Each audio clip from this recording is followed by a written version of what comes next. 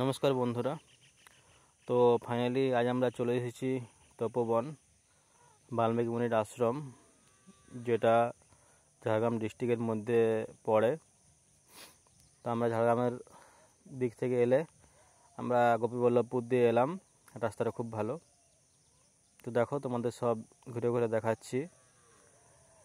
এক প্রকৃতির মাঝে এক খুব সুন্দর দৃশ্য। প্রকৃতির মাঝে ছোট ছোট মন্দির করা আছে। বাল্মীকি মুনির সমাধিস্থল আছে। এই যে এটা দেখাচ্ছি, এটা হলো বাবা মহাদেবের মন্দির। কথিত আছে এখানে নাকি মা সীতা বাবা মহাদেবের পুজো করতেন। দেখতেই পাচ্ছ, খুব সুন্দর একটি জায়গা। এটা হলো মা সীতার মন্দির। এখানে ভেতরে লাইট নেই, তাই ক্লিয়ার আসছে না।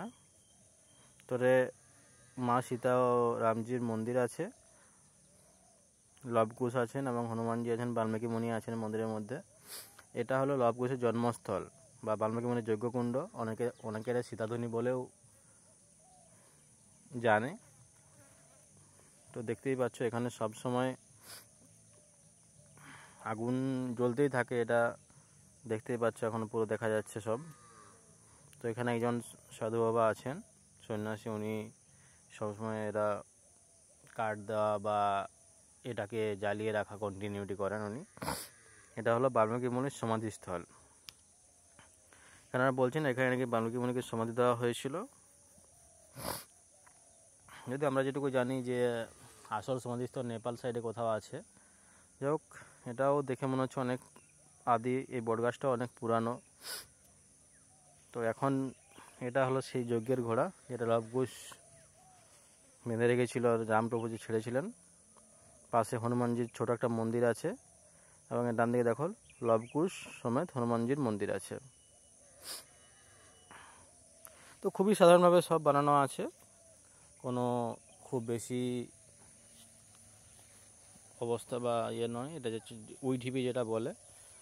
তো এই উইঢিপি জানি না এখানে কী জন্য আছে। এটা কি একটা কথিত আছে, যেটা আমার এই মুহূর্তে মনে পড়ছে না, তো শুনেছিলাম। তো এখানে আমি জিজ্ঞেস করলাম, এখানে যদি কোনো উৎসব অনুষ্ঠান হয়, তো আমরা রামনবমীর সময় বা কিছু কিছু ওকেশন আছে যে বিশেষ দিনগুলোতে, সেখানে সেই সব দিনগুলোতে এখানে বিভিন্ন রকম উৎসব অনুষ্ঠান হয়ে থাকে। তো তোমরা যদি এখানে আসো, তো শাল জঙ্গলের মধ্যে মানে এত সুন্দর পরিবেশ তোমরা অনুভব করতে পারবে যে কল্পনার বাইরে।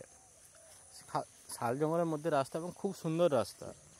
এই সাইডে একটি ছোটো নদী বয়ে যাচ্ছে, সেটা তোমাদের কাভার করে দিলাম। নদীটা খুব সুন্দর, দুদিক থেকে এদিক থেকে কম কম জল আসছে এবং এদিক থেকে আসল স্রোত এসে ওদিক থেকে এসে এটা মিশে যাচ্ছে। এটা হলো পুরো এই নদীটা। জল আমরা যদি বর্ষা শেষে গেছিলাম, জল মোটামুটি ছিল। তো হয়তো গ্রীষ্মকালে জল শুকিয়ে যায়।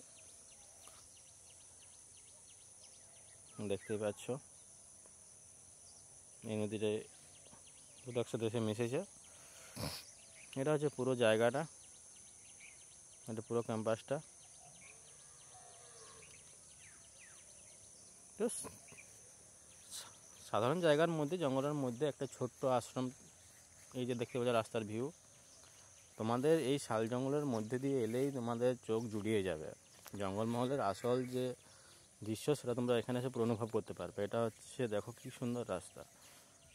এবং সবগুলো দেখতে পাবে যে সব স্থানেই লেখা আছে এলিফ্যান্ট করিডোর।